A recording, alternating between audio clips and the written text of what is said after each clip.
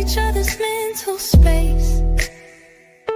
If you ever need me, just call. I'ma come running, give it my all. Love is love, God wins. Keep your vibrations high and watch how your blessings. Rising Namaste, Ashe, salutation, shalom, peace, peace, peace to everybody. You know, as we open up this live like we always do, let's just see if we can listen to some music just for a couple minutes. You know, we've been journeying in the wrong direction this whole time. We've been journeying outside of ourselves. Why? Rough to wise, talk to him. It's been a long time on here pushing out knowledge, wisdom, and understanding. Maybe this is the year right here. Energy. Go within. There's something inside of you. We gotta do better collectively, you know? Right? Energy. Go within. There's something inside of you. We gotta do better collectively, you know? Energy. The first stage is realizing that you are. That's the first step. Confront yourself. Realizing that you are. Energy. It's been a long time on here pushing out knowledge, wisdom, and understanding. They can't put negative notions on us. Think about it. Great things is happening, whether they want to believe it or not. Maybe this is the year right here. This is the year for it right here. Right? Energy. Go within. There's something inside. We gotta do better collectively, you know? Go within. There's something inside. We gotta do better collectively, you know? One's image of oneself should be greater than reality. Don't let nobody tell you that you ain't great, because you are. Rough to wise. Energy.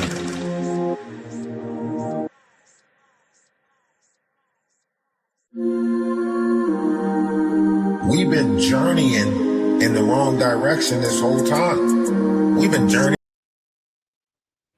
Yeah, like I say, hope everybody's doing great out there.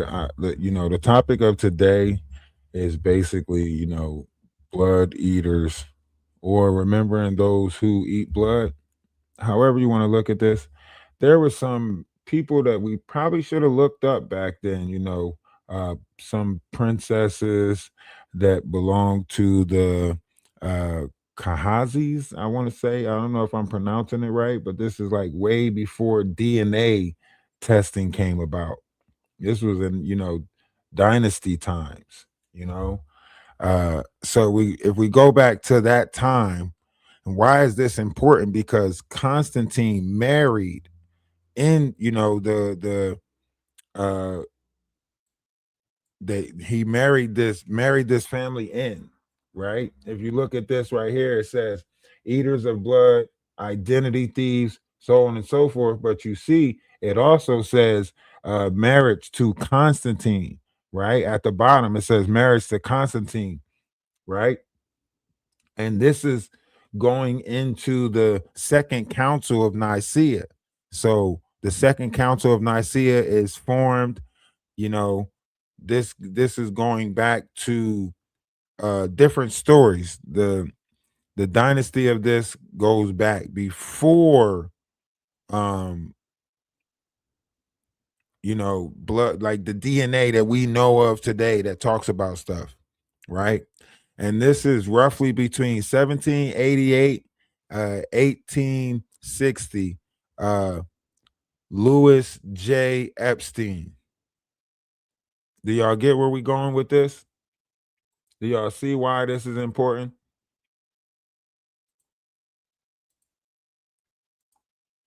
I'm gonna share the screen. Right? This goes back.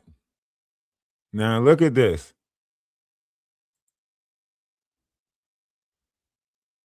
Louis J. Epstein, right?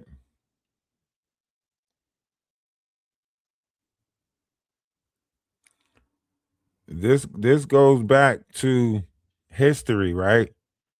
Ukrainian rabbi, 1870, the first reference of this between the Ashkenazi Jews and the Kanhazis, whatever. Okay, so this is part of a history, right? That is connected to what we see today and what's going on today, right? This was the upper white race, the upper, this was a social structure, right? They created a social structure overall, right? And this is how their overall idea structure was based for their society. Now I'm gonna read it. Let them read it. The Khazar Khanate had a The heterogeneous, Khazar. multilingual ethnic composition confessing all major religions including paganism, shamanism, Christianity, Judaism, and Islam. The ruling strata of the Khazars originated from the Western Turk state, Göktürk. In Khazaria, there were political and military elites, and the ruling house was a relatively small clan whose origin was distinct from that of the majority of their subjects. The ruling elite of the Khazars converted Judaism in the 9th century. This ethnically and religiously diverse society was stratified into several classes such as settled agriculturalists, herders, tradesmen, Muslim merchants, Muslim mercenaries, members of the army, craftsmen, and slaves. Class. Many historical sources classified the Khazars as two different ethnicities, Black Khazars, Kara Khazars, and White Khazars, AK Khazars. The Black Khazars were the lower classes, the population, commoners and tradesmen, that was subordinate to or ruled by the White, AK, Khazars, who were the uppermost class in the Khanate, the nobility, warrior elite, and ruling classes. The Khazar social strata included a dual monarchy at the top, which consisted of the Khagan and the Beg. The sacral isolation of the Khagan developed gradually, and he became a spiritual figurehead while the Beg became co-monarch and military leader. Below the Beg came the Kender Khagan, deputy Beg, Javshigar, sergeant, Tarkhan, commander of troops, Tuduan, governors, El-Teber, vassal kings, and vizier, official responsible for affairs related to the Muslim community. Below the Khazar nobility came a group of privileged commoners and functionaries, such as Tarkhans, judges, and local governors. There was standing army, Al-Ursiya mercenaries, Muslim mercenaries, in the service of the Khanate. This ethnically diverse society also included other classes such as settled agriculturalists, herders, tradesmen, members of the army, craftsmen, and slaves. According to Gumalev, in Khazaria there were also Muslim merchants who lived and had private houses in the capital. There were also 25 subject rulers. All subject rulers were obligated to send daughters to the harem of the Khagan. They constituted the second of two distinctive classes of privileged nobles. The first were those of the ruling pastoralist society, and the second were those of the subjugated agriculturalist society. Now, you might ask, why is this important? We're going to get into that, okay? We're definitely going to get into this because later on down the line, this, when you get into the history of it, you go back to the Constantine, right? You go back to Constantine, and then it's some people that we should probably look up from that time, right?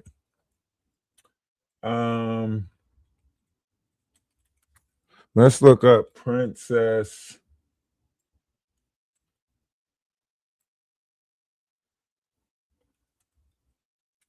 Let's look up this person. See what we find in the history.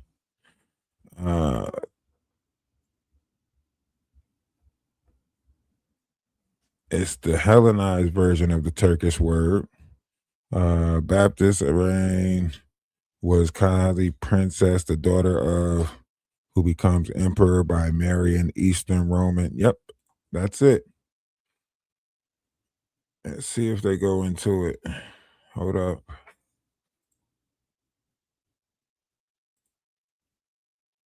Okay, so here we are, right? Because like I say,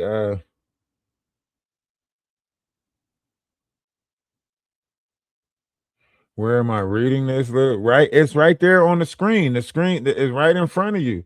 It says it at the bottom. This is the Great Awakening pyramid, basically. So we're diving into like, this is this. So what you're looking at on the screen is like the parts of this that's broken down. So when you break it down and you study it, it's some people that's on here that you might want to look up. It's some people that's connected to the Great Awakening, or it's a pyramid of reincarnated souls. But some people are going to tie it to the Baphomet, so on and so forth. You know what I mean? It says it right there: the Great Pyramid of Reincarnated Souls. You can look it up. Great Pyramid of Reincarnated Souls. Zoom in. Feel free to look up other stuff on there. Look into some of the stuff that it's talking about on there, because it's bringing us into what's going on now with America, and how all these different points got moved around in order to create it. It also talks about their plan of how they're going to bring in World War III, so on and so forth, allegedly, supposedly, right? So this is important because this is where Constantine comes in at. And remember, Constantine was in charge of the Council of Nicaea, right? The churches, right? So if Constantine married this, person right here, then I think we should know about the person that he married, according to the Second Council of Nicaea, because the First Council of Nicaea we know about, 325, First Council of Nicaea, but that Council of Nicaea got dispersed after he tricked them and made them put the falsitries in the book and change dates and times and so on and so forth, right?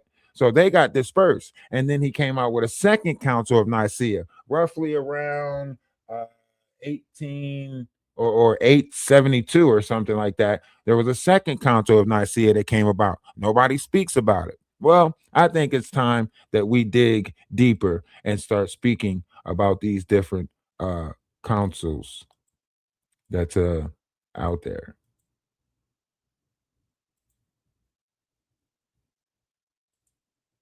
Oh shit.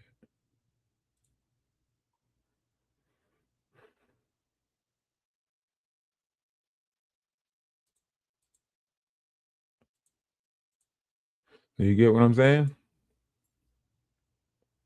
So, once again, this is a part of history. 732. 732. And listen to this. Listen to this. Listen to the life of this persona, because later on, this, once she had a kid, this is what they started to so they came with their own ideas before she married Constantine, you know. In 732, the Eastern Roman Empire was under threat of invasion from the Umayyad Caliphate. Seeking allies, Leo III the Isaurian sent an embassy to Bihar, Khagan of the Khazars. The alliance was sealed with the marriage of Tzitsak to Constantine V, son and junior co-ruler of Leo. See, Tzitsak was escorted to Constantine. Constantinople for her marriage. Constantine was about 14 years old, while Tzitsak may have been even younger, as she would not give birth for 18 years. 3. Tzitsak became a Christian under the baptismal name Irene. Tzitsak's wedding gown became famous, starting a new fashion craze in Constantinople for male robes called Tsitsakia. See, that's an important part of history right there. Why? Because this changed everything, right? The marriage arrangement, so on and so forth. However you want to look at this, right? Going back to the Romans, right? How they manipulated different variations of things, right? It gets deeper than that. It actually gets a lot deeper than that, because these are the identity thieves. This goes into the identity thieves. This goes into the blood eaters. Okay. This goes into blood eaters. This is based off of the religious text of how this group came about into like the marriage of, think about that. Constantine. Yes, it's not the Constantine that we know, because remember, the Constantine that we know was around for 325, you know, for the first council of Nicaea, right? And this is 750. On January 25, 750, Constantine and Sitsak had a son, Leo, who would succeed his father as Emperor Leo IV, better known as Leo the Khazar. Leo's birth is the last mention of Irene in the historical record. By the following year, Constantine was already married to his second wife Maria. Linda Garland has suggested Sitsak died in childbirth. 3. See? Remember, Constantine was punished because he unalived his wife and his mother at the time. Remember? He was punished. He, according to what they say, according to history. Now, according to what this is, after she gave birth to Leo, she never was heard of again, right? And this is Leo, Emperor Leo, you know. So this is around this is perfect for the history of what is, always was, and always will be, because this goes into the Athenians and so on and so forth. So this is bringing us into the history of how all of this came about, right? Bringing us into the history of how all this came about. So now you have Constantine and this Kuzak, or whatever the person, the princess of this, right?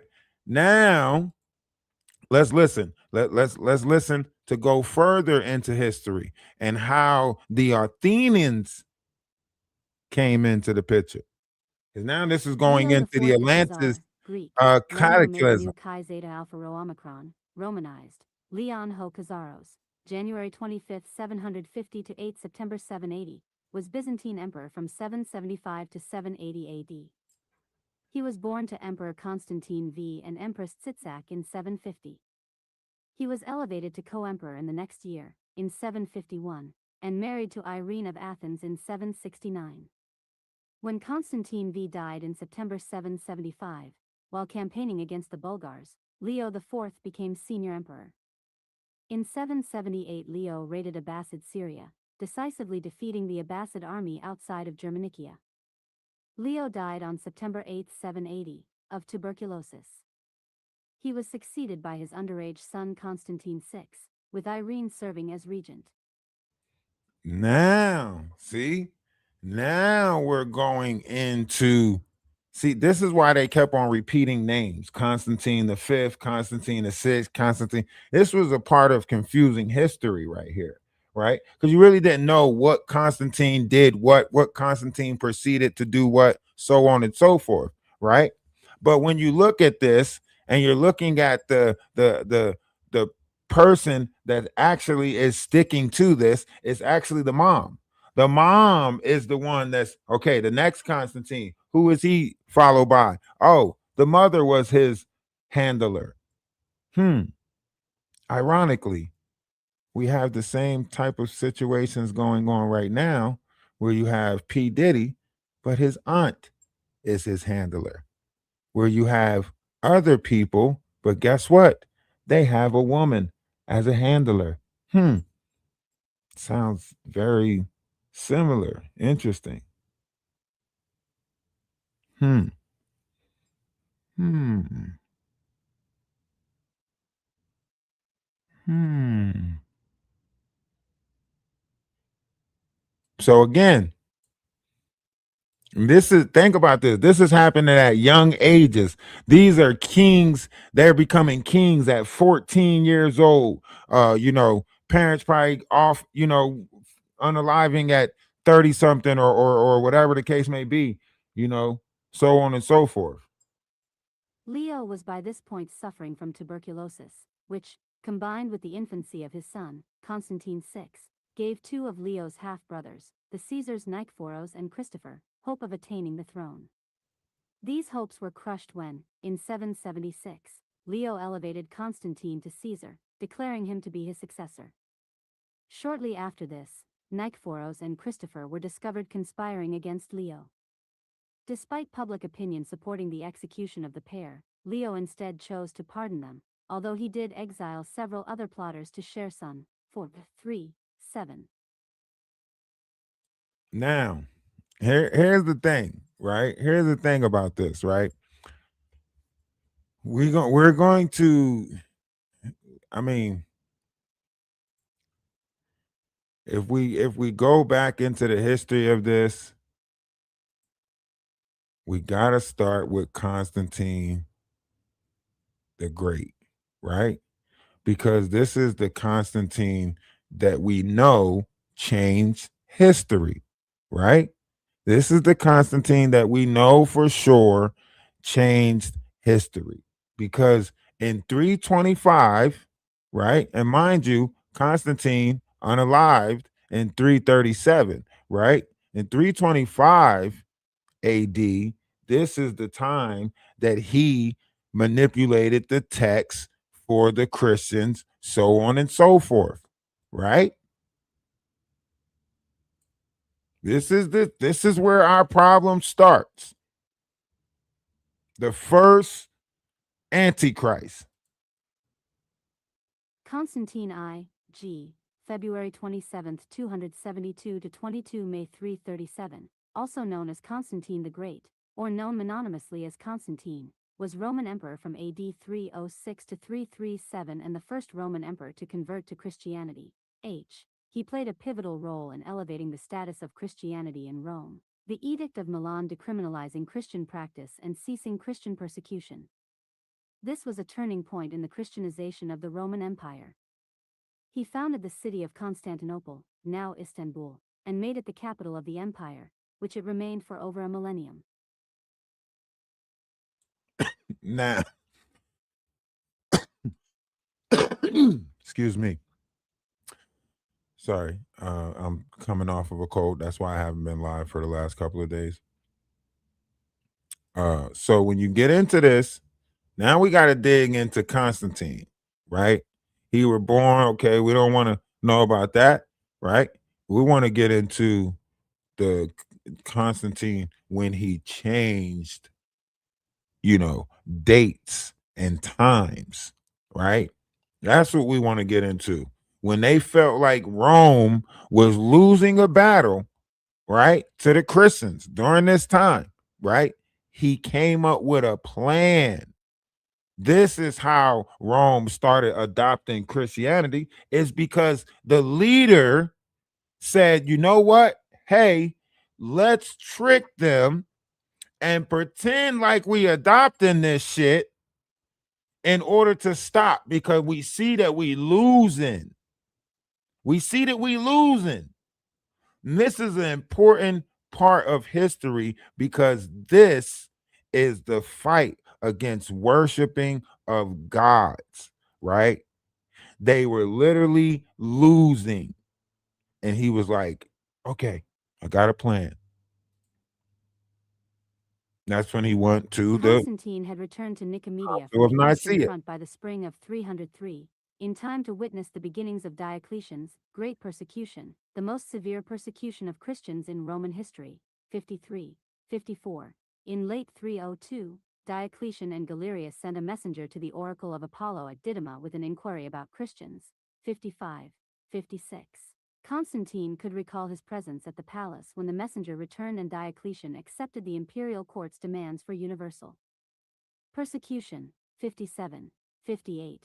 On February 23, 303, Diocletian ordered the destruction of Nicomedia's new church, condemned its scriptures to the flames, and had its treasures seized. In the months that followed, churches and scriptures were destroyed, Christians were deprived of official ranks, and priests were imprisoned. 59. It is unlikely that Constantine played any role in the persecution. 60. In his later writings, he attempted to present himself as an opponent of Diocletian's sanguinary edicts against the worshippers of God. 61, 62.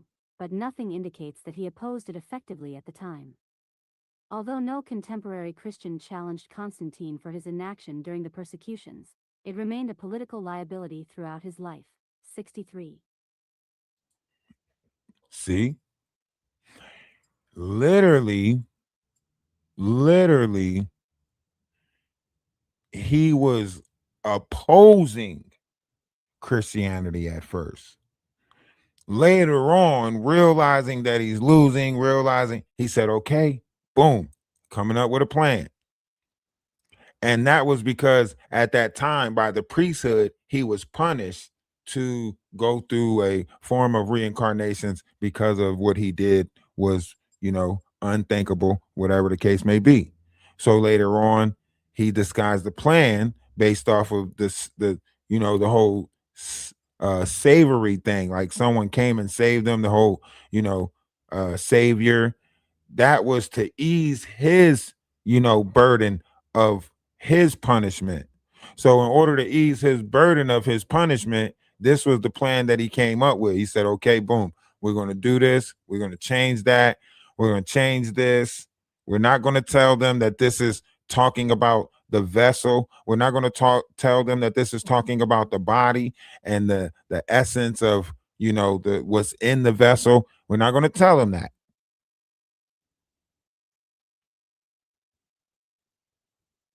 You see what I'm saying? And this was around this time Constantine decided to, but he didn't want to give them the win though. He didn't want to give them the victory of putting it in according to uh the book, like according to exactly what the Arthur wanted. So this is why they changed a bunch of stuff.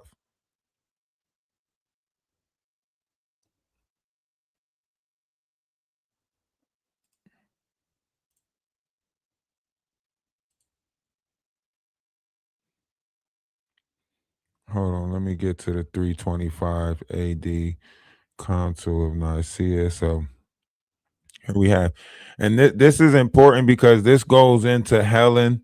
This goes into what we know as the biblical text. Really, this goes into a lot of stuff. Uh, so if you get a chance, look this up. If you get a chance, right now we're looking at Constantine the first, 306 to 337. Later on, we'll get into Constantine the second, 337 to 340. When we get into the fifth Constantine, the one that we were talking about that marries the eaters of blood, you might as well say that's like, uh, a however many years later, like this is so many Constantines later that they adopt this, the eaters of blood, so or the identity thieves. And this comes into Cleopatra. This comes into the trick of Cleopatra, like her bloodline, her false bloodline. Like this goes into the whitewashing of the world, how they changed everything in order to create this bloodline of their own, so to speak. Because at this time, there was no bloodlines at this time. Let's be clear, there's no DNA databases at this time in order to give, this is the blood of that, this is the blood. Now we sit and we trace our blood back and we do all of this other stuff, but we didn't do that previous. All right. So uh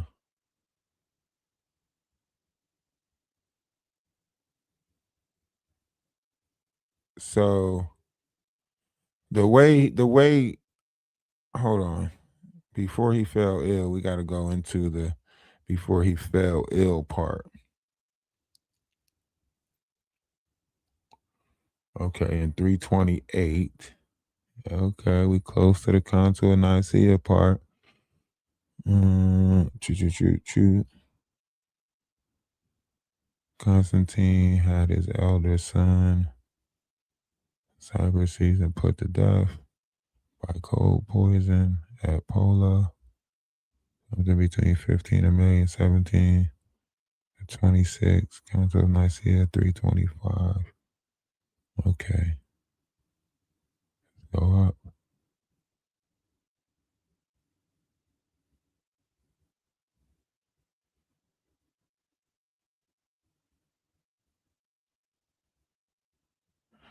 You gotta think this was ruthless times, you know what I mean? You might as well say this was very brutal and ruthless times because, you know, they were unaliving sons, mothers. It was bad. N 321. He legislated that the Venerable Sunday should be a day of rest for all citizens. 240. In 323, he issued a decree banning Christians from participating. This is important right here. This is important right here. Listen to what they just said. Sunday should be the day of rest for all citizens. See? So this is in 321. This is when they changed it to Sunday. So what day was it before that? Huh? If they declared that Sunday should be the resting day, then that means it was a day, it was something else before then, right? I'm telling you, they altered and changed. Participating in state sacrifices. 241. After the pagan gods had disappeared from his coinage, Christian symbols appeared as Constantine's attributes, the chi rho between his hands or on his labarum. 242. As well on the coinage. 243. The reign of Constantine established a precedent for the emperor to have great influence and authority in the early Christian councils, most notably the dispute over Arianism. Constantine disliked the risks to societal stability that religious disputes and controversies brought with them, preferring to establish an orthodoxy. 244. His influence over the church councils was to enforce doctrine, root out heresy, and uphold ecclesiastical unity. The church's role was to determine proper worship, doctrines, and dogma. 245. North African bishops struggled with Christian bishops who had been ordained by Donatus in opposition to Caecilian from 313 to 316. The African bishops could not come to terms, and the Donatists asked Constantine to act as a judge in the dispute. 3 regional church councils and another trial before Constantine all ruled against Donatus and the Donatism movement in North Africa. In 317, Constantine issued an edict to confiscate Donatist church property and to send Donatist clergy into exile.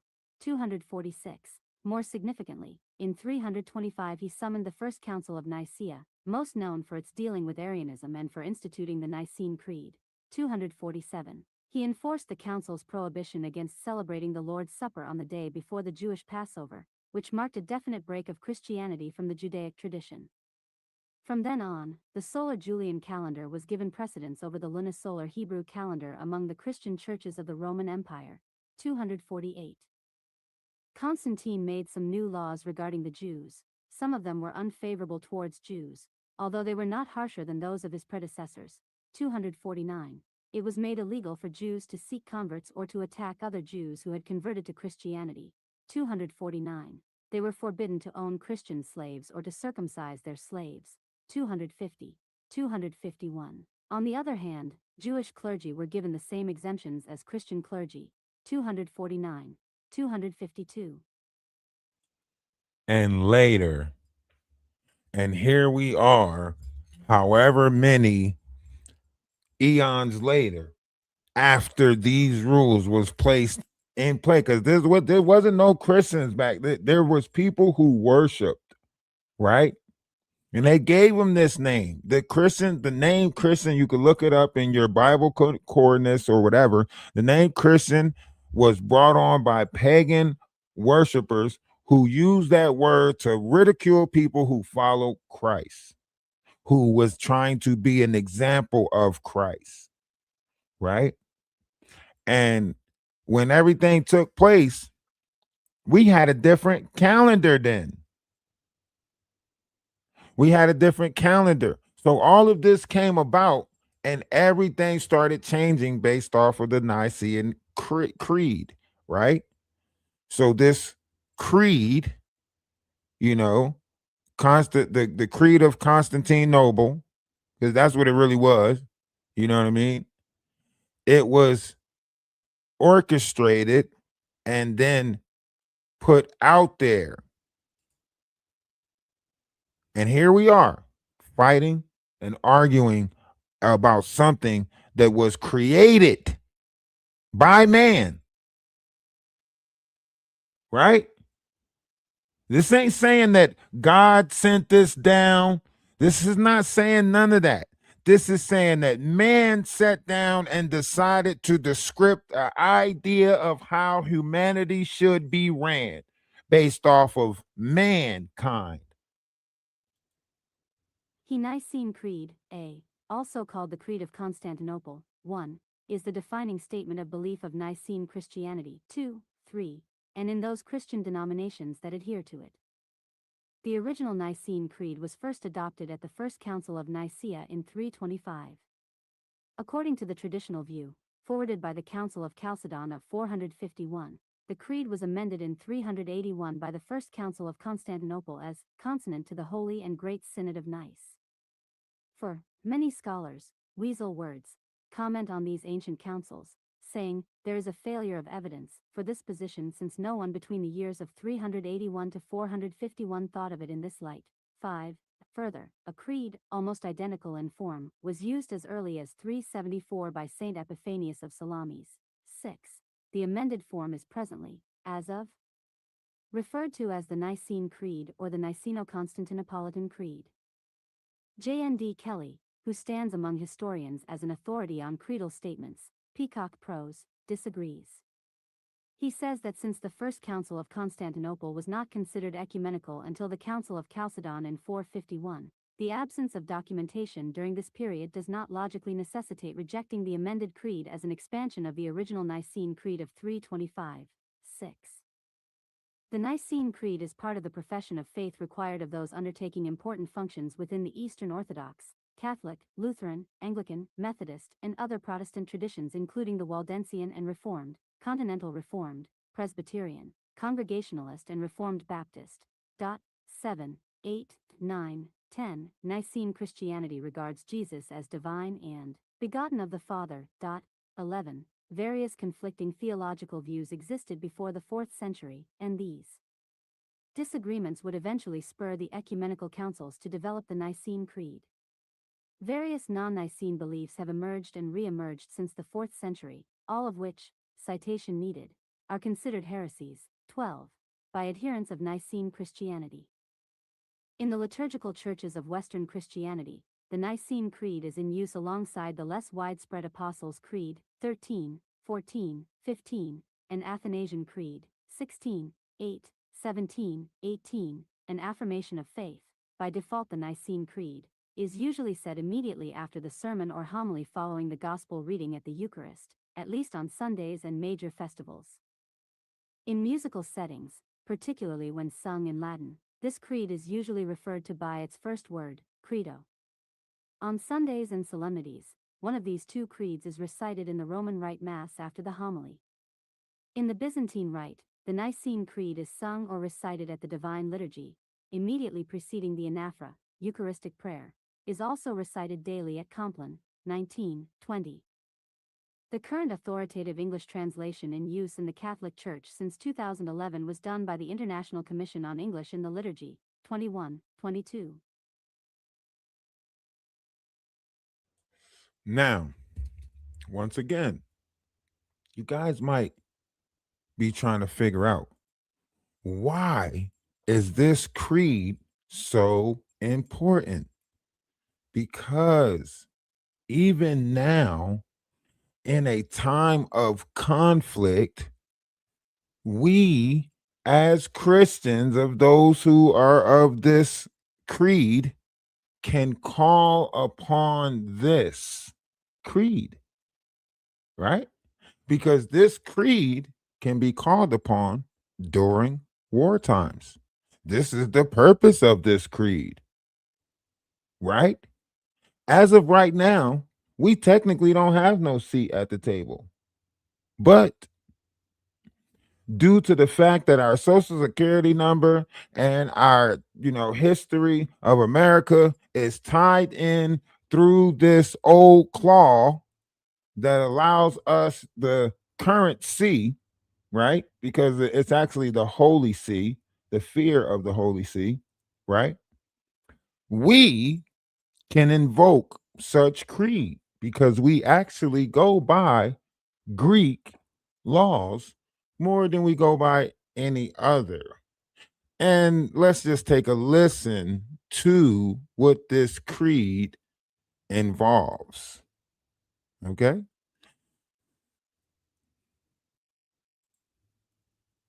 The purpose of a creed is to provide a doctrinal statement of correct belief among Christians amid controversy. 23. The creeds of Christianity have been drawn up at times of conflict about doctrine. Acceptance or rejection of a creed served to distinguish believers and heretics, particularly the adherents of Arianism. 23.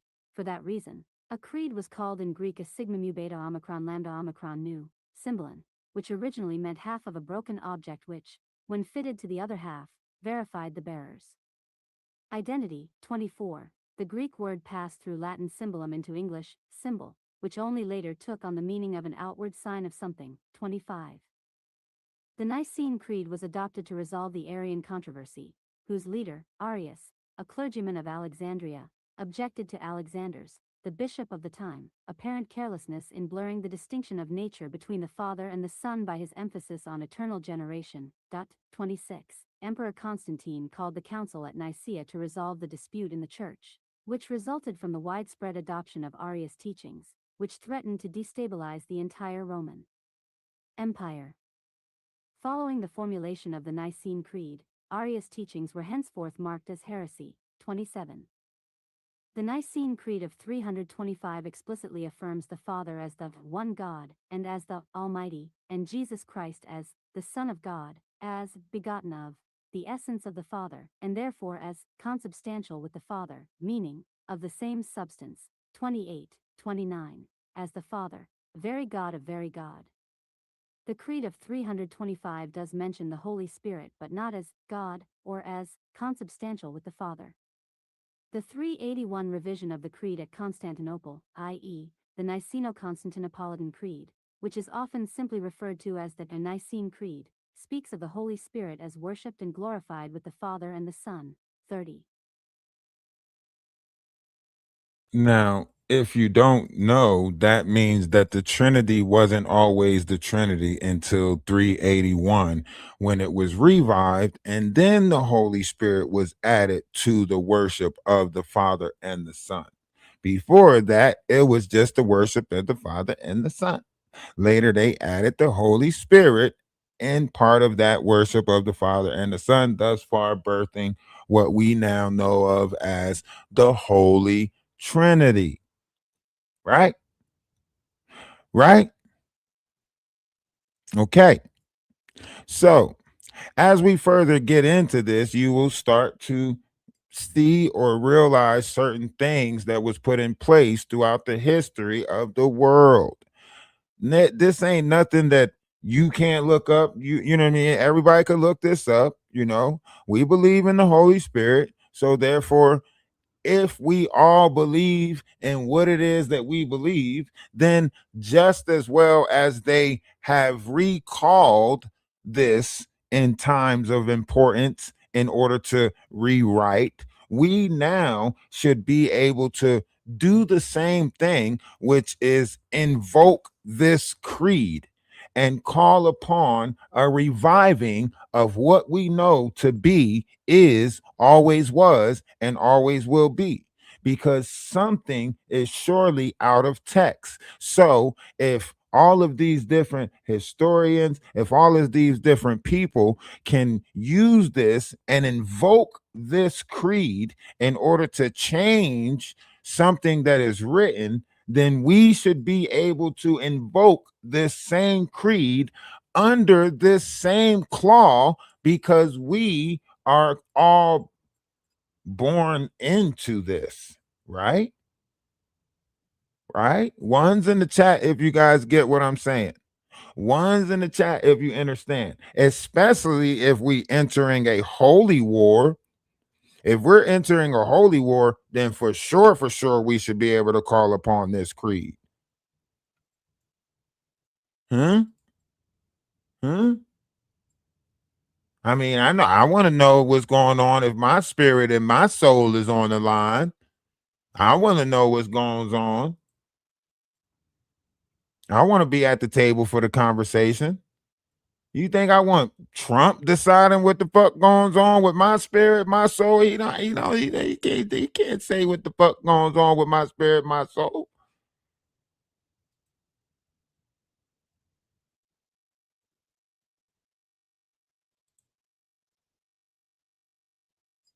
Huh? Y'all better get what I'm putting down and y'all better pick it up quick. Cause it's all happening fast. If y'all ain't keeping up with it, I'm trying to tell y'all without telling y'all what goes on. Thomas Aquinas stated that the phrase for us men, and for our salvation was to refute the error of Origen, who alleged that by the power of Christ's passion even the devils were to be set free. He also stated that the phrases stating Jesus was made incarnate by the Holy Spirit was to refute the Manichaeans, so that we may believe that he assumed true flesh and not a fantastic body, and he came down from heaven was to refute the error of Photinus, who asserted that Christ was no more than a man. Furthermore, the phrase "and he was made man" was to exclude the error of Nestorius, according to whose contention the Son of God would be said to dwell in man, rather than to be man. You 31. see? Do you hear what that just said? Do you hear what that just said? It just told you a great secret.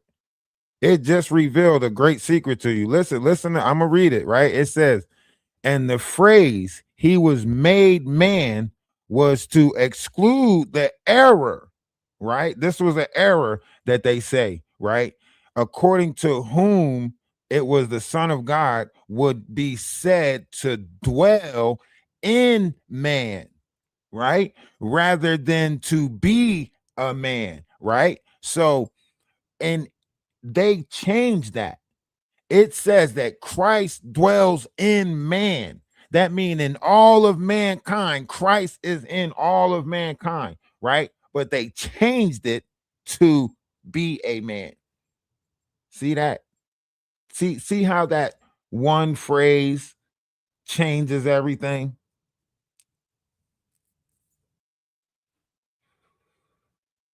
Right? Okay. So if we was to go back into the, you know, text, because this didn't come about into the 5th century, right? Because you got the 1st century, and we talked about that, the 1st century, Apollonius, so on and so forth, right? So you got 1st century, and then you have Jesus coming about in the 4th century, being arguably put in the 5th century, right? But coming with depictions of other people who was talked about in the 1 through 4 century, right? So they took the history of these other personas that was in the 1 through 4 history, smushed them all into one person, right? In the 5th century, and now we think that it's one God, right? So all the different formats of what was ideally idea of how we were supposed to, reflect one another, right? Later became just an idea of one persona, a reflection. See, there's a lot of different greats in the history. There's a lot of different crises in the history. But later we were tricked to believe that there were only one Christ, because why should we all believe that we have the ability to be Christ? Why should we believe in a multi-Christ system? Do you get what I'm saying? One's in the chat if you understand what I just said. Huh? One's in the chat if you understand what I just said. I just said some I just said some Huh? This is why we don't believe that we could be the Christ. This is why everyone don't believe that they are Christ, because they made you believe, right, that there was only one. They made you believe there was only one. All right. And that's why we say, like, if they was able to like rewrite history based off of their ideas, based off of what they wanted, then this is what we got out of that. A remake of what was supposed to be. Let's keep listening. What is known as the Niceno-Constantinopolitan Creed, or the Nicene-Constantinopolitan Creed, B, received this name because it was adopted at the Second Ecumenical Council held in Constantinople in 381 as a modification of the original Nicene Creed of 325. The most notable difference is the additional section. Creed of 325. I gotta pause it right there because this is what I was saying, right? In 381, the second council. This is the second Emilical council or whatever. So the second council then revamped what the first council of Nicaea put together, right? So we're going to go into them next. This is the second council because this is when the identity thieves come. This is many Constantines later, and this is, you know, how they rewrite history based off of the current persona, right? So everybody got to add what they wanted to how mankind should carry themselves or be based off of their fears, based off of whatever it is that they contemplated in the world would disturb the world, so on and so forth, right? So I'm telling y'all, it's about to get stranger than fiction. Okay. If you haven't already noticed that it's stranger than fiction, then you about to see that it's really stranger than fiction. In that light, it also became very commonly known simply as the Nicene Creed. It is the only authoritative ecumenical statement of the Christian faith accepted by the Catholic Church, with the addition of the Filioque, the Eastern Orthodox Church, Oriental Orthodoxy, the Church of the East, and much of Protestantism including the Anglican Communion. 44, 45. The Apostles' and Athanasian creeds are not as widely accepted. 12. It differs in several respects, both by addition and omission, from the creed adopted at the First Council of Nicaea. The most notable difference is the additional section. And we believe in the Holy Ghost, the Lord and giver of life, who proceedeth from the Father, who with the Father and the Son together is worshipped and glorified, who spake by the prophets. And we believe in one holy, Catholic and Apostolic Church. We acknowledge one baptism for the remission of sins, and we look for the resurrection of the dead and the life of the world to come. Amen. 46. Since the end of the 19th century, 47, scholars have questioned the traditional explanation of the origin of this creed, which has been passed down in the name of the Council, whose official acts have been lost over time.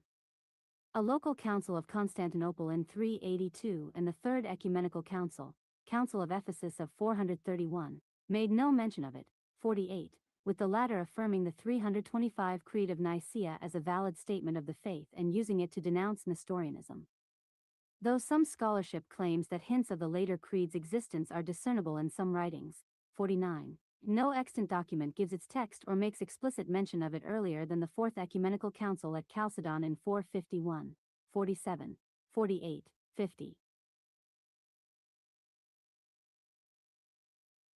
Many of the bishops of the 451 council themselves had never heard of it and initially greeted it skeptically, but it was then produced from the episcopal archives of Constantinople, and the council accepted it, not as supplying any omission but as an authentic interpretation of the faith of Nicaea. 48. Despite the questions raised, it is considered most likely that this creed was introduced at the 381 Second Ecumenical Council, 12. Based on Now, evidence both internal and external to the text, if you don't know what that means that the Holy Spirit, or what we believe, changed. So, because belief is an unknown system, they changed what they believed when they started knowing more stuff. So once they started knowing more stuff, what they believed changed, or it acquired more. Do you get what I'm saying? Right? But before that, you got to remember there was a religion before that, right? And this was basically So people can denounce this religion. They came up with the Christianity religion, but this was the first ideally format. And back then they had different religions that they called. They just had, isms on it. You know what I mean? Nestorianism is a term used in Christian theology and church history to refer to several mutually related but doctrinally distinct sets of teachings that fall under the umbrella term diophysitism, such as two natures in Christ, human and divine, or two persons in Christ, the man and the Word.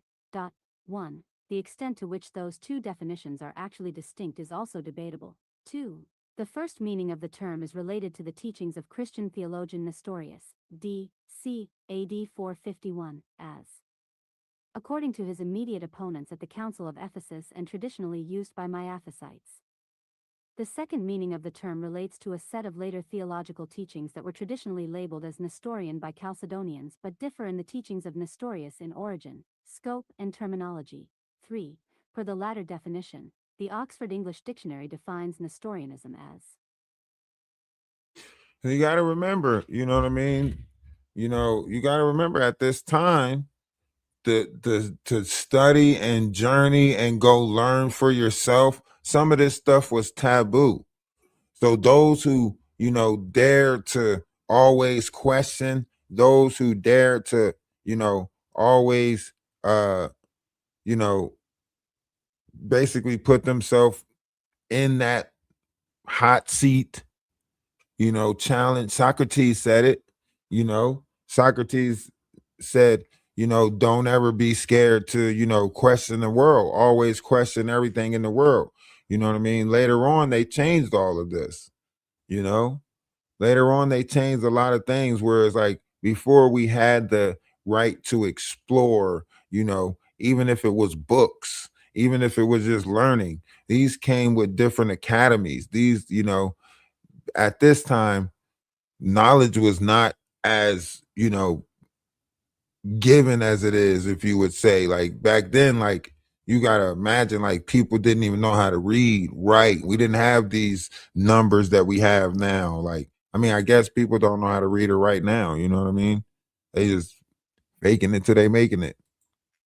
the original definition of Nestorianism, as articulated by Nestorius himself, is preserved primarily in his surviving writings on topics such as Mariology and Christology. Although many of his works were lost or destroyed, others have been transmitted through his opponents or preserved in Church of the East libraries. Most notable among these is the Bazaar of Heracleides, composed during his exile following the Council of Chalcedon. The modern rediscovery of the Bazaar has prompted renewed scholarly interest in reconstructing Nestorius's own theological positions, which appear to diverge in significant respects from the two-person formulation of Christology attributed to him by both his contemporaries and later critics. 5. His theology was influenced by teachings of Theodore of Mopsuestia, d. 428, the most prominent theologian of the Antiochian school. Nestorian Mariology prefers the title Christotokos, which encompasses the term Theotokos, God-bearer, for Mary, thus emphasizing distinction between divine and human aspects of the incarnation, and at the same time their unity in the person of Christ.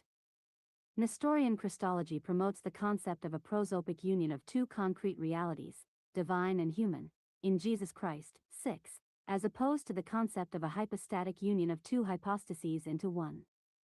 The distinction is between two hypostases in one person and two hypostases united into one hypostasis, respectively. Hypostasis is not seen as subject, but rather a nature existing in reality. This Christological position is viewed by the West as radical diophysitism. 7. And, according to Chalcedonian Christianity, differs from their diophysitism, which was reaffirmed at the Council of Chalcedon in 451. 8. Such teachings brought Nestorius into conflict with other prominent church leaders, most notably Cyril of Alexandria. Now, you might think like this wasn't a time of that, but you got to think, like, all these religions that we have now, all these these denominations or nominations, whatever you want to call it, right? Like, at one point, they probably had to go through, like, you know how they had to fight for dojos and stuff like that to be named. Like, they probably was walking around challenging people like that. You know what I mean? They probably was walking around challenging each other like that. Like, but it was a battle of wits, though, to determine if your God, was the righteous God, or if your school had the right to exist in teaching, or practicing, as we say. you know but this is what was going on at that time. And people were, all different types of people were writing different ideas of ways of how mankind should be civil, or how mankind should act. And certain things got voted in, certain things got voted out. How you think we got 66 books of the Bible? There were way more books than that. They just voted for these 66 books to get put in, right? And this goes back to, God bearer, what was considered to be the Virgin Mary, so on and so forth. That's why I say all of this stuff tie back into what we have as our foundation. This is our foundation. And I'm not saying that because, like, I know a lot of people are gonna say that's not my foundation, that's your foundation. Like, I'm the original. I'm da da da da. But why do you think Mary share a book in the Quran? Why do you think she has a book in the Quran? The only woman to have a book in the Quran. Why do you think that? Right? That's why I said a lot of this is important. But we'll never look at the importance of it because we keep on overlooking factors.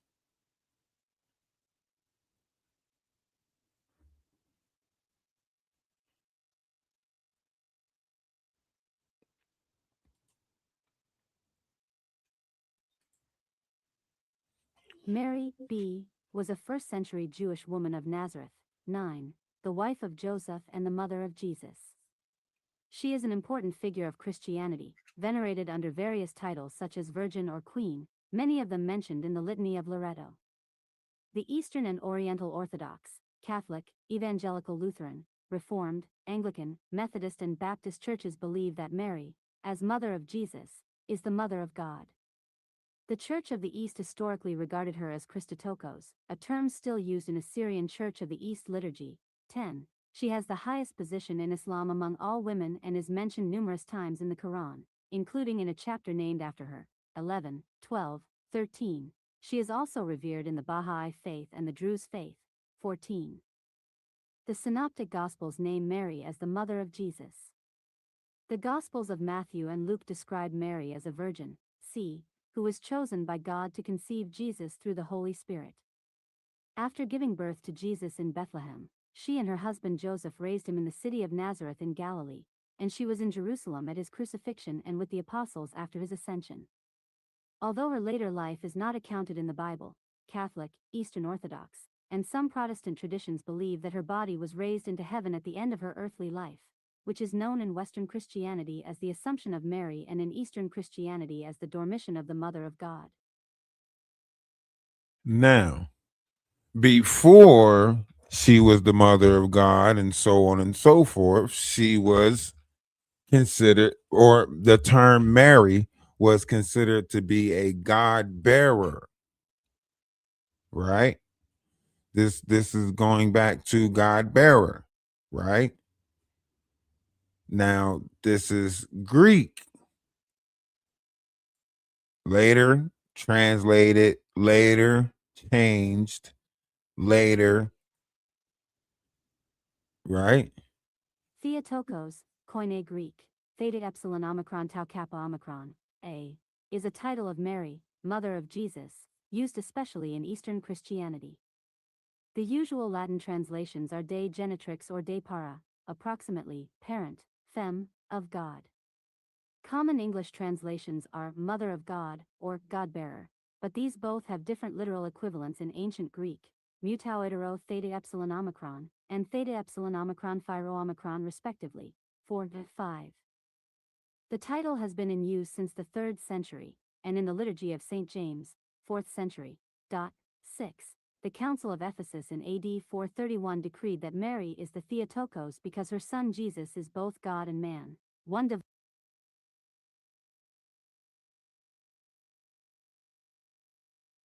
divine person from two natures, divine and human. intimately and hypostatically united. 7, 8. The title of Mother of God, Ancient Greek, mu tau hetero, tau omicron, theta epsilon omicron, clarification needed, or Mother of Incarnate God, abbreviated mu rho theta upsilon, the first and last letter of main two words in Greek, is most often used in English, largely due to the lack of a satisfactory equivalent of the Greek tau kappa omicron. For the same reason, the title is often left untranslated, as Theotokos, in Eastern liturgical usage of other languages. Theotokos is also used as the term for an Eastern icon, or type of icon, of the mother with child, typically called a Madonna in the Western tradition, as in the Theotokos of Vladimir, both for the original 12th century icon and for icons that are copies or imitate its composition. Now, once again, this title is given, right? This is a title that is given.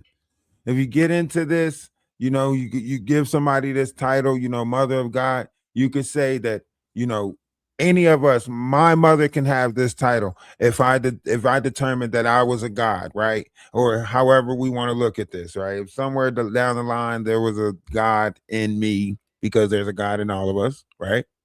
Then my God bearer will be my mother, right? So on and so forth, right? And this is how they determined who was deemed to have that title according to different areas, tribes, people in that town, so on and so forth, right? Is a title that was given, Mother of God, God bearer, so on and so forth. But it ain't determined until that person become great, until that persona becomes great, because this is before Mary. This title was before Mary, ancient Greek, or comatron, or a comic, what they just said. They said it. When you go into ancient Greek, this is before what we know of as the story, and they had that title. Ancient Greek, lambda lambda eta nu iota kappa, Hellenic, 1, includes the forms of the Greek language used in ancient Greece and the ancient world from around 1500 BC to 300 BC. It is often roughly divided into the following periods: Mycenaean Greek, circa 1400, c. 1200 BC, Dark Ages, circa 1200, c. 800 BC, the Archaic or Homeric period, c. 800, c. 500 BC, and the Classical period, c. 500, c. 300 BC. 2. Ancient Greek was the language of Homer and of 5th century Athenian historians, playwrights, and philosophers. It has contributed many words to English vocabulary and has been a standard subject of study in educational institutions of the Western world since the Renaissance. This article primarily contains information about the epic and classical periods of the language, which are the best attested periods and considered most typical of ancient Greek. So, once again, we go back to Greek mythology. Somewhere down the line, we can invoke, let's say, we can invoke what is, always was, and always will be. So if there is something going on with, or a change in what is spirituality, then we should be able to invoke the Nicene Creed in order to rewrite what is, always was, and always will be, because obviously something isn't right. And if we have the technology, which is knowledge, right, then we have the ability to go back and actually fix what's wrong. We could do that. And it's rewriting history, but is they not rewriting history right now? Are we not in the process of rewriting history in order to fit someone else's idea? Did Trump not say, "Oh, I think we're going to change this museum and make it a little less because when white people leave this museum, they are sad." That's rewriting history. So if you can rewrite history, then why can't we rewrite it in a good way? Hmm? Hmm? Now, the study of ancient Greek has a long, long, long history. I think we're a part of this, and I think we've been studying ancient Greek for a very long time now. And for those of you that's in the UK, pay attention. You're a part of the bullshit too. The study of ancient Greek in European countries in addition to Latin occupied an important place in the syllabus from the Renaissance until the beginning of the 20th century. This was true as well in the United States, where many of the nation's founders received a classically based education. C. Latin was emphasized in American colleges, but Greek also was required in the colonial and early national eras. D. And the study of ancient Greece became increasingly popular in the mid to late 19th century, the age of American Philhellenism. 33. In particular, female intellectuals of the era designated the mastering of ancient Greek as essential in becoming a woman of letters. 34. Ancient Greek is still taught as a compulsory or optional subject, especially at traditional or elite schools throughout Europe, such as public schools and grammar schools in the United Kingdom. It is compulsory in the Liceo Classico in Italy, in the Gymnasium in the Netherlands, in some classes in Austria, in Klasicna Gimnazija, grammar school, orientation, classical languages, in Croatia, in classical studies in ASO in Belgium, and it is optional in the humanities-oriented gymnasium in Germany, usually as a third language after Latin and English, from the age of 14 to 18. In 2006-2007, 15,000 pupils studied ancient Greek in Germany according to the Federal Statistical Office of Germany, and 280,000 pupils studied it in Italy. 35. It is a compulsory subject alongside Latin in the humanities branch of the Spanish Baccalaureate. Ancient Greek is taught at most major universities worldwide, often combined with Latin as part of the study of classics. In 2010, Now, why would you blend Greek with Latin? You might think, why? Right? Why not keep the two separate? Well, that comes with understanding the spell that is in the word. Because in order for you to do what? Even now, if you have Greek letters, such as Y, what is that? Yahweh, whatever, you add the vowels, right? You add the E's, the A's, so on and so forth, right? So you have the constant and then you have the vowel, right? So however you look at this, words put together. Greek and Latin put together to make English, right? Which is very, very prominent when it comes to the spell that is in the word, because you have a spelling word and then you have the spell in word. Hmm? Hmm? Anybody paying attention? This is why your words matter. This is why vibrational frequency matters. This is why your social security number is tied to the Holy See, that is tied to this same claw, that is tied to this same doctrine, that allows you to be a corporation, but that corporation is owned by America. You're a vessel, your body. This is why your tombstone will have your name in all caps, indicating that the property of the United States is no longer in working form, right? And you can look this up. This goes back to the secret that was, put into the this goes back further than this, because this goes back to the book of Revelations, roughly Revelation 17, 1 through 7, which is Mystery Babylon. Your social security number is tied to the book of Revelations, Mystery Babylon. Think about that.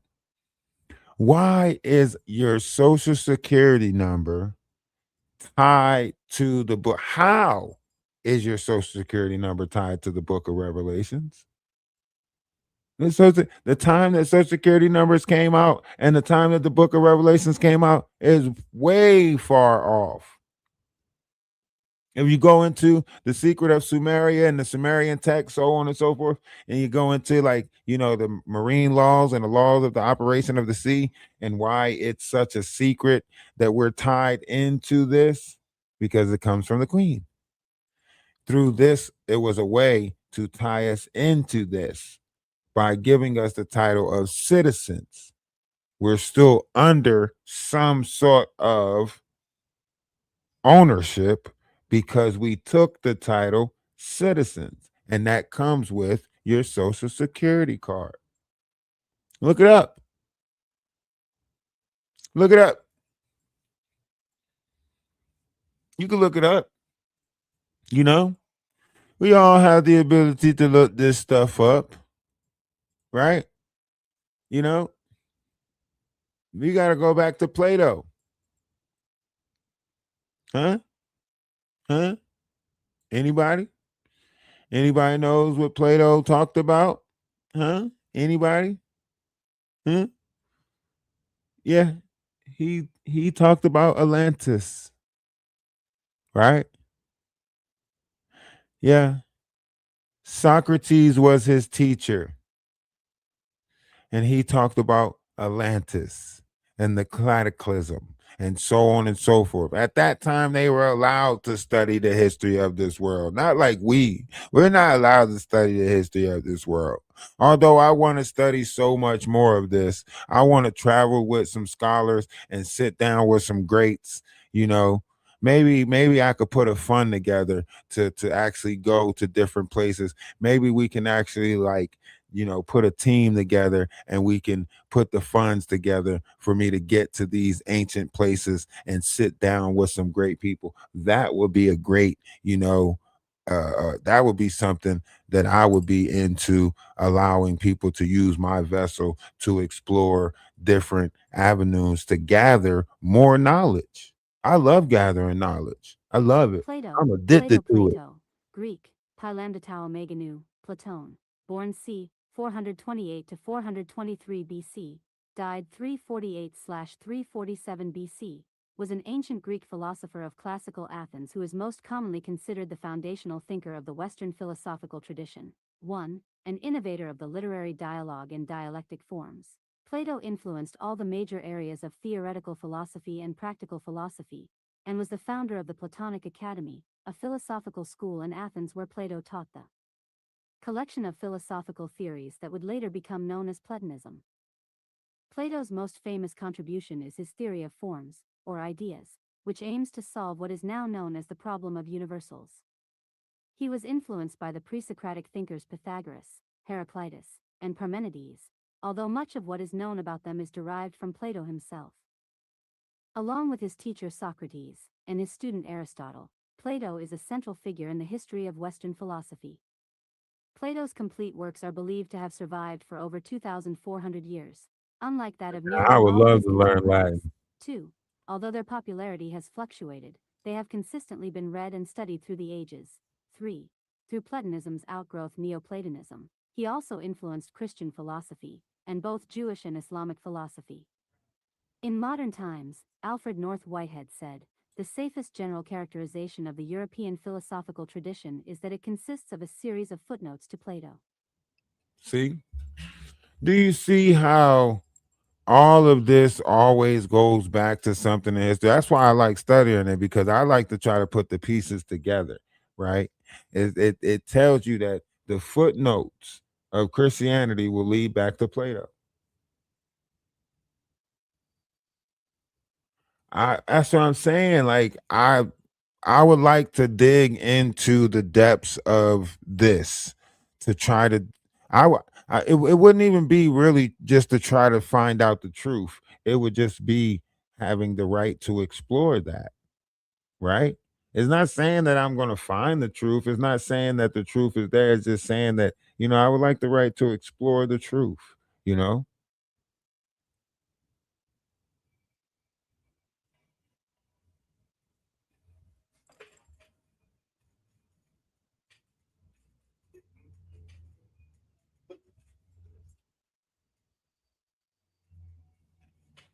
That's what I'm saying. Like you get when you go back right into like the history of it, like it all leads back to, you know, Plato. And then you gotta think about it. Socrates is Plato's teacher.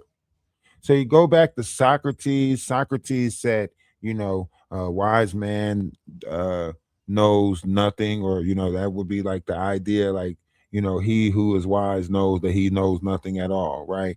And so on and so forth. He says the secret of change is, giving focus to the you that you want to be and not the you that you were, right? So there was a lot of different things that came out of Socrates, Plato, some of these, Aristotle, because you got to look at this. You had Socrates as the teacher, and then Plato passed on what he knew to Aristotle. We don't have that anymore.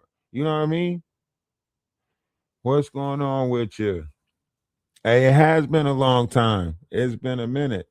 But I've been busy with life, taking care of things in life. I would love to, well, I am going to, be here more to bring, new stuff to the table, and hopefully we can get, back, to some type of standard of level of wanting this. Like we have to want this knowledge. We have to want this. You know what I mean? Like, I'm sorry. Like, I think, we should have uh adult schools.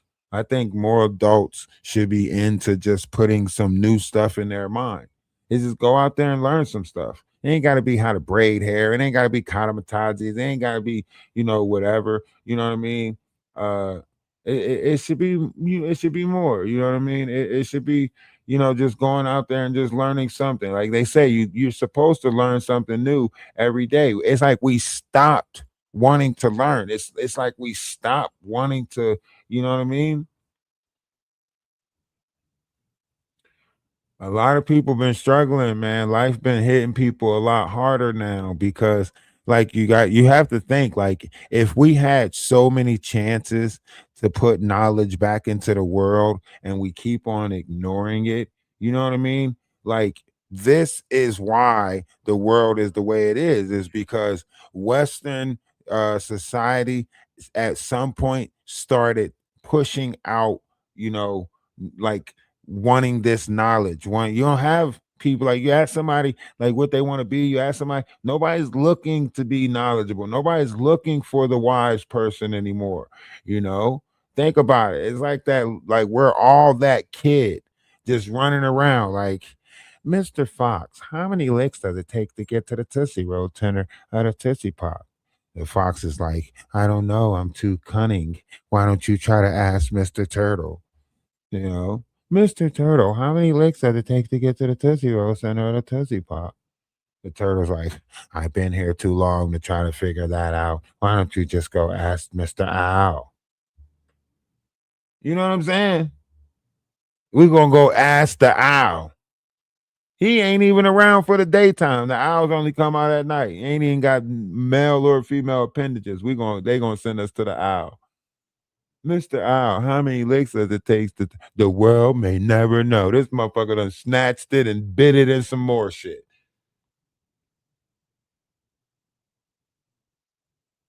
You know what I'm saying? And we wondering why knowledge and stuff is not in the world anymore. You got to remember, Plato's wrote the theory of thought. Huh? Thought. Huh? We all sitting there thinking that our thoughts belong to us.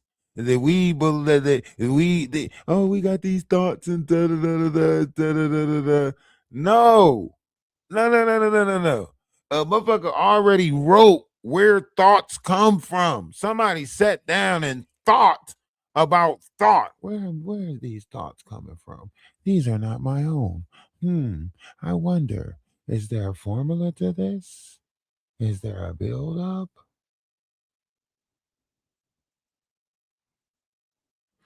And Moloch later becomes when you get into the Moloch, that's going into a Nubaru, Marduk, all of that stuff, the Molochs.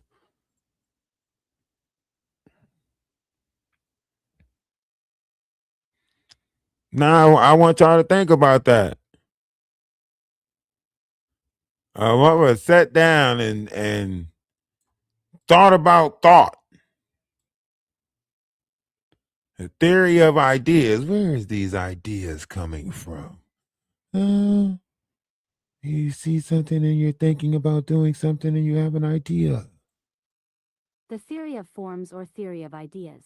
1, 2, 3, also known as Platonic idealism or Platonic Oh, okay. realism, is a philosophical theory credited to the classical Greek philosopher Plato.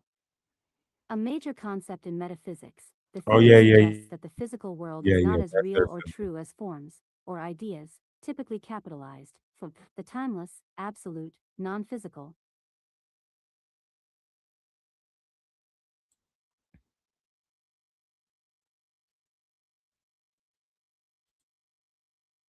Non-physical and unchangeable essences of all things, which objects and matter in the physical world merely participate in, imitate, or resemble.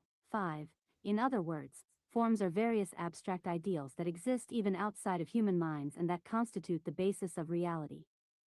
Thus, Plato's theory of forms is a type of philosophical realism, asserting that certain ideas are literally real, and a type of idealism, asserting that reality is fundamentally composed of ideas, or abstract objects.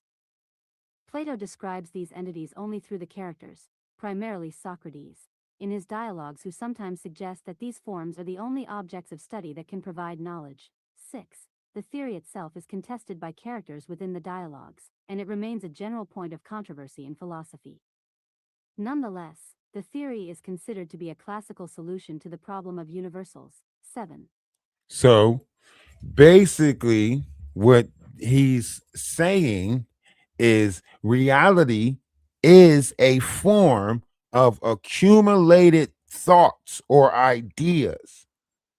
That's basically what he said. He said reality, or what we think is the physical world, merely participates in resembling ideas and thoughts. Do y'all get what that means? One's in the chat if you understand what that means and why that's so important. It's not just about being a type of idealism, it's about being the idea, right? It's about having the ability to push your idea out there into so many different minds that it literally structures the world.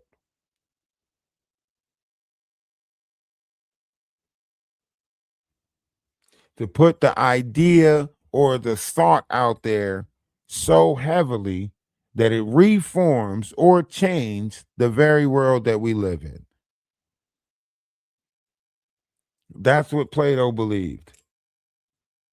Or ideally, that's one of his theories, right? Because there's nothing but a bunch of different theories, right? You know, it's just different theories, right?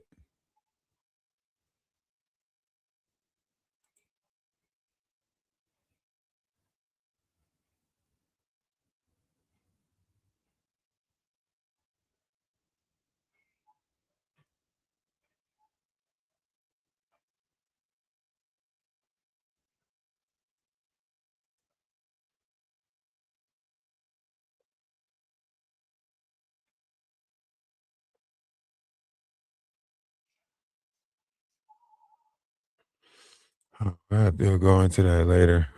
But this is going into, you know, what later on Christians change to the essence, right? The substance, right? That's why I say like a lot of stuff is connected, right? You see how we jump from the theory of ideas, the thoughts, right? And then it's telling you that the timeless, absolute, non-physical, and unchangeable essence, right? Essence, right? This is going back into Greek mythology now.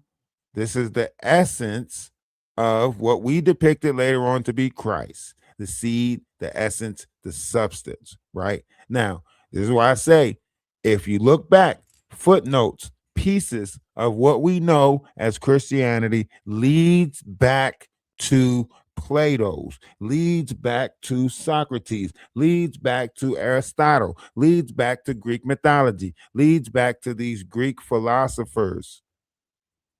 That's why I like studying. That's why I like learning this stuff. Usia slash Uzi UCUU slash Ancient Greek, Omicron Sigma Alpha, is a philosophical and theological term, originally used in ancient Greek philosophy, then later in Christian theology. It was used by various ancient Greek philosophers, especially Aristotle, as a primary designation for philosophical concepts of essence or substance. It is analogous to concepts of being and the ontological in contemporary philosophy. In Christian theology, the concept of theta epsilon alpha omicron upsilon sigma alpha, divine essence, is one of the most important doctrinal concepts, central to the development of Trinitarian doctrine. 1. The ancient Greek term theta epsilon alpha omicron upsilon sigma alpha, thea ousia, divine essence, was translated in Latin as essentia or substantia, and hence in English as essence or substance. 2. Now, how is the conversation of thought or ideas and where it comes from, how does it lead back to the essence of Christianity, Christ, the substance, the ointment, the secret? I mean, they even say Shakespeare had a part of writing the biblical text, you know? Can you imagine? More than 40% written by Shakespeare? Well, according to what they say, Ion was the originator of the first book, and then later they changed it to John, so on and so forth. But Matthew, Mark, Luke, or John didn't write the books, but because there was no J in the alphabet back then, just like it wasn't a letter L or W back then, I think the Greek alphabet only has 21 letters. The term omicron sigma alpha is an ancient Greek noun, formed on the feminine present participle of the verb epsilon mu, ime, meaning to be, I am, so similar grammatically to the English noun being. There was no equivalent grammatical formation in Latin, and it was translated as essentia or substantia. Cicero coined essentia, 3, and the philosopher Seneca and rhetorician Quintilian used it as equivalent for omicron sigma alpha, while Apuleius rendered omicron sigma alpha both as essentia or substantia. In order to designate omicron sigma alpha, early Christian theologian Tertullian favored the use of substantia over essentia, while Augustine of Hippo and Boethius took the opposite stance, preferring the use of essentia as designation for omicron sigma alpha. 5. Some of the most prominent Latin authors, like Hilary of Poitiers, noted that those variants were often being used with different meanings. 6. Some modern authors also suggest that the ancient Greek term omicron sigma alpha is properly translated as essentia, essence. While Now, essentia, essence, that goes back to the original group of the Bible, the Essenes, right?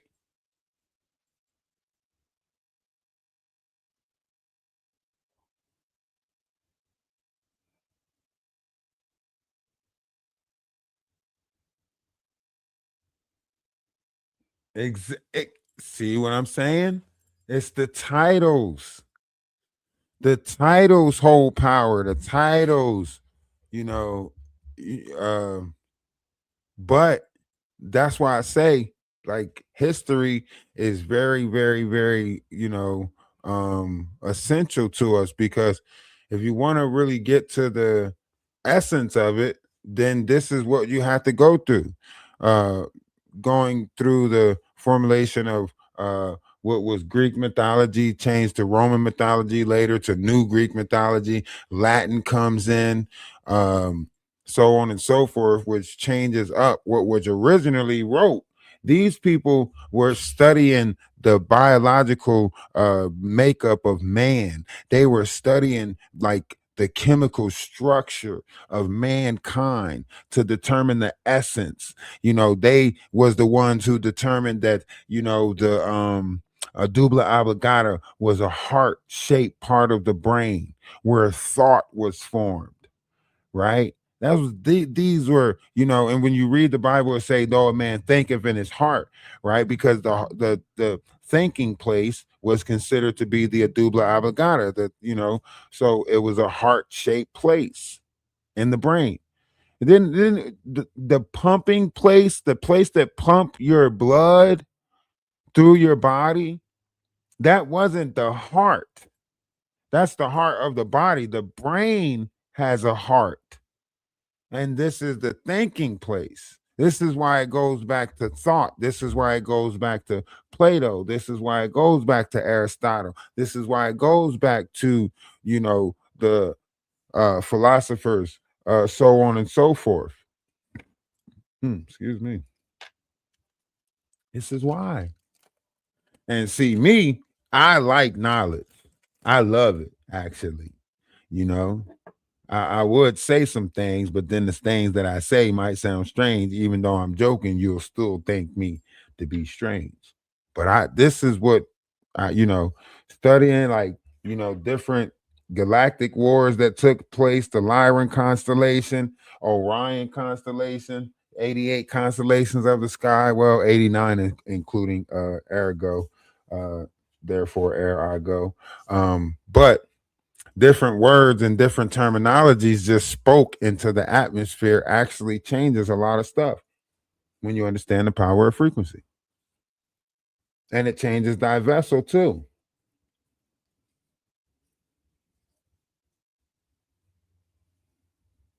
You know?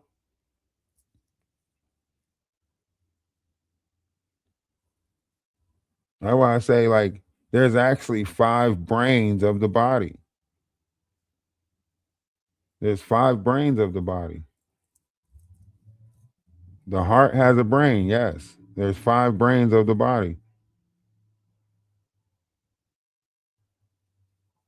You know?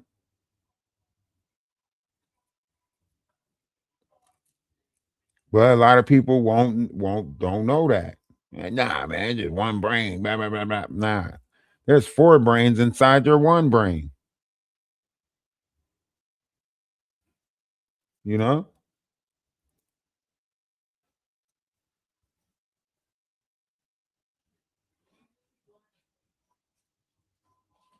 The heart is literally the brain of the body.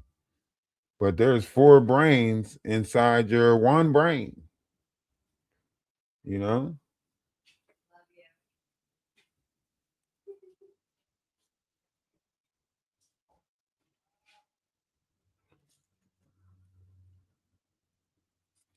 Man, that's why I tell people, like, go ahead, look up Valid Thor. Look up Valid Thor. You'll learn some stuff if you look up Valid Thor.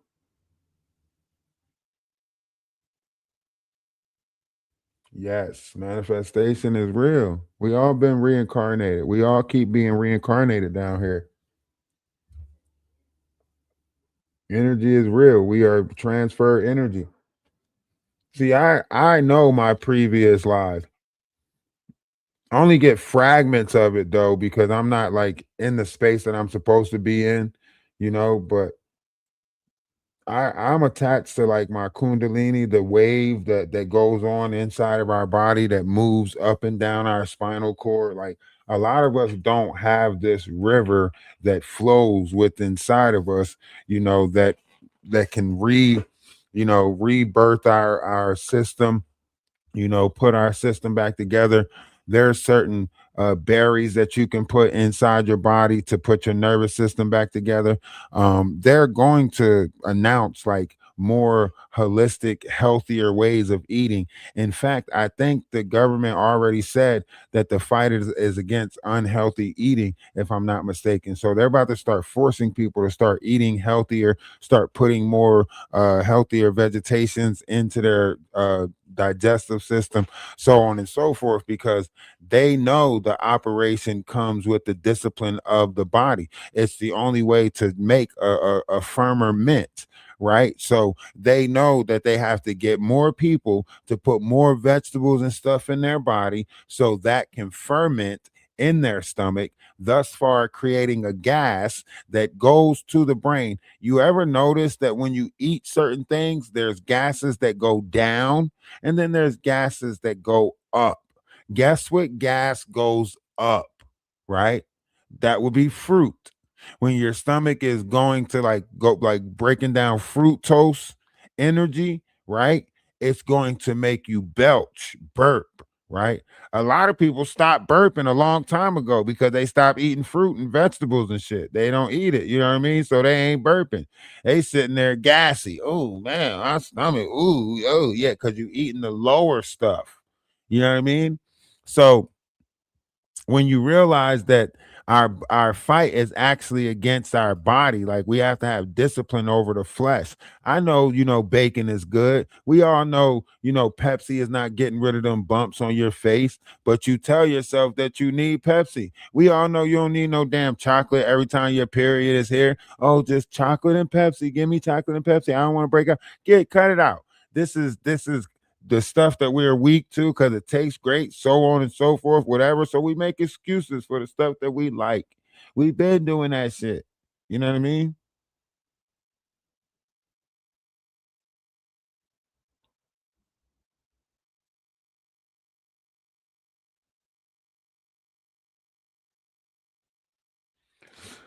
I go with the pescatarian, man. I'm gonna tear up some tuna. I can't wait until I can actually like start buying like the tuna steaks, like the real, like just real tuna and real salmon. I know that I'm supposed to be eating that stuff raw before cooking the life I like, but you know what I mean? I can't get to that point yet in life where my pockets is right. You know what I'm saying? I want to get to the point in life where my pockets is right. It costs to eat healthy. I go buy pomegranate. That shit, you know how much for a little bottle of pomegranate? Huh? Huh? I freshly squeezed orange juice. You know how much it costs for half a gallon of freshly squozen orange juice? 18 bucks for a half a gallon of freshly squozen orange juice. 18 bucks. It costs to eat healthy. You got to pay to eat healthy in this world. Okay? I'm trying to tell you. Okay? So, once again, this goes back to Aristotle, the Greek term for primary substance. This goes back to what they later depicted as to be the secretion or the secret of the vessel or the ointment, right? This is the world soul, so on and so forth. And like I said, I want to get deep into this. I want to go into the depths of this because this is what, they depict it to be the Christian and so on and so forth. They took a lot of stuff out, but Substance theory, or substance attribute theory, is an ontological theory positing that objects are constituted each by a substance and properties borne by the substance but distinct from it. In this role, a substance can be referred to as a substratum or a thing in itself. 1. 2. Substances are particulars that are ontologically independent. They are able to exist all by themselves. 3. 4. Another defining feature often attributed to substances is their ability to undergo changes. Clarification needed. Changes involve something existing before, during, and after the change. They can be described in terms of a persisting substance gaining or losing properties. 3. Attributes or properties, on the other hand, are entities that can be exemplified by substances. 5. Properties characterize their bearers. They express what their bearer is like. 4. Substance is a key concept in ontology, the latter in turn part of metaphysics, which may be classified into monist, dualist, or pluralist varieties according to how many substances or individuals are said to populate, furnish, or exist in the world. According to monistic views, there is only one substance. Stoicism and Spinoza, for example, hold monistic views that pneuma or God, respectively, is the one substance in the world. These modes of thinking are sometimes associated with the idea of immanence. Dualism sees the world as being composed of two fundamental substances, for example, the Cartesian substance dualism of mind and matter. Pluralist philosophies include Plato's theory of forms and Aristotle's hylomorphic categories. And this, let's just wrap it up with this. This is what the Bible was based off of. This is why substance is primarily referred to as God. God is that one substance that exists all by itself. Outside of anything else, God exists by itself. Everything else needs God to exist. Thus far, God is the primary substance. Same thing as Christ. Christ exists all by himself, right? But the disciples, right?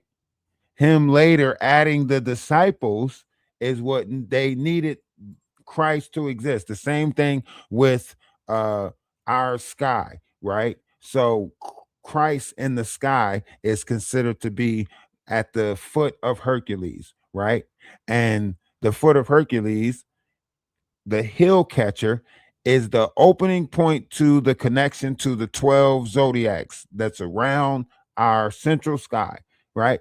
And those 12, the Hercules or the foot of Hercules, the gate of the gods, would be the substance that keeps those 12 together, right? Just like Christ was the substance that put the 12 disciples together, right? The same thing with your body, right? There's a substance inside the body that keeps your body together through whatever nervous system or so on, whatever system that is inside, right? Substance duality of mind and matter, right? So this all goes back to Aristotle, Plato, Socrates, right? These mysteries, these secrets, how we supposed to walk, carry, so on and so forth, it all goes back to digging through the history, understanding, stop, hiding from this, right? Is the Greek termed it something, and then later on we turned it into a physical story of Christ. Okay, we'll get into that. We'll get into how this turned into a physical story because they needed a martyrdom system. And you can't have a martyrdom system without a physical being. Aristotle used the term substance, Greek, omicron sigma alpha ousia, in a secondary sense for genera and species understood as hylomorphic forms.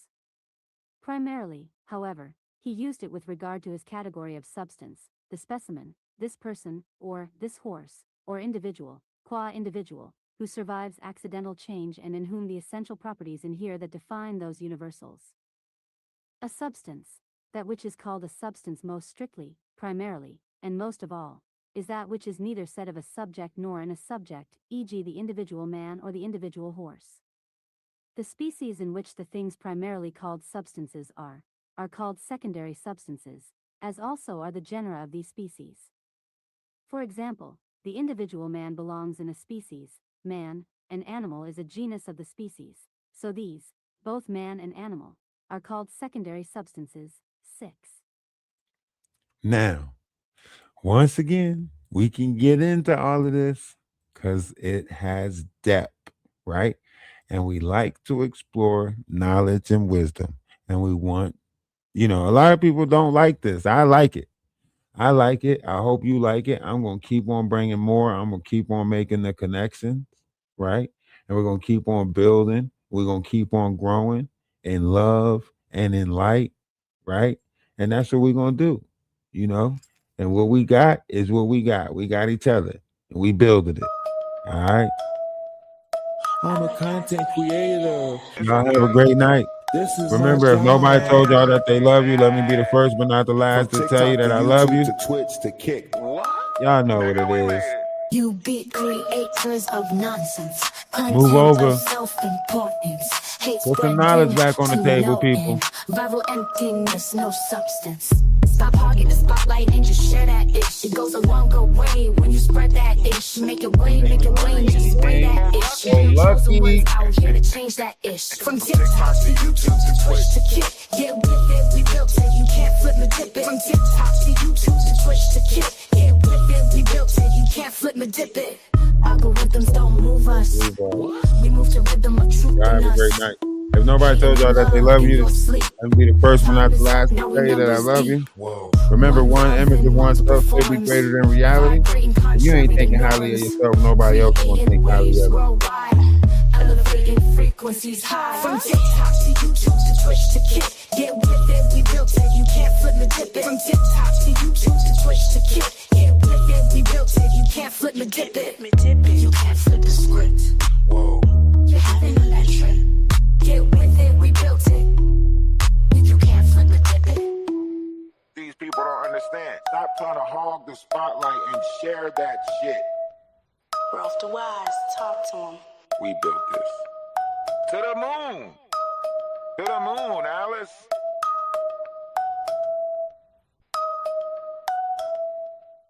I'm a content creator.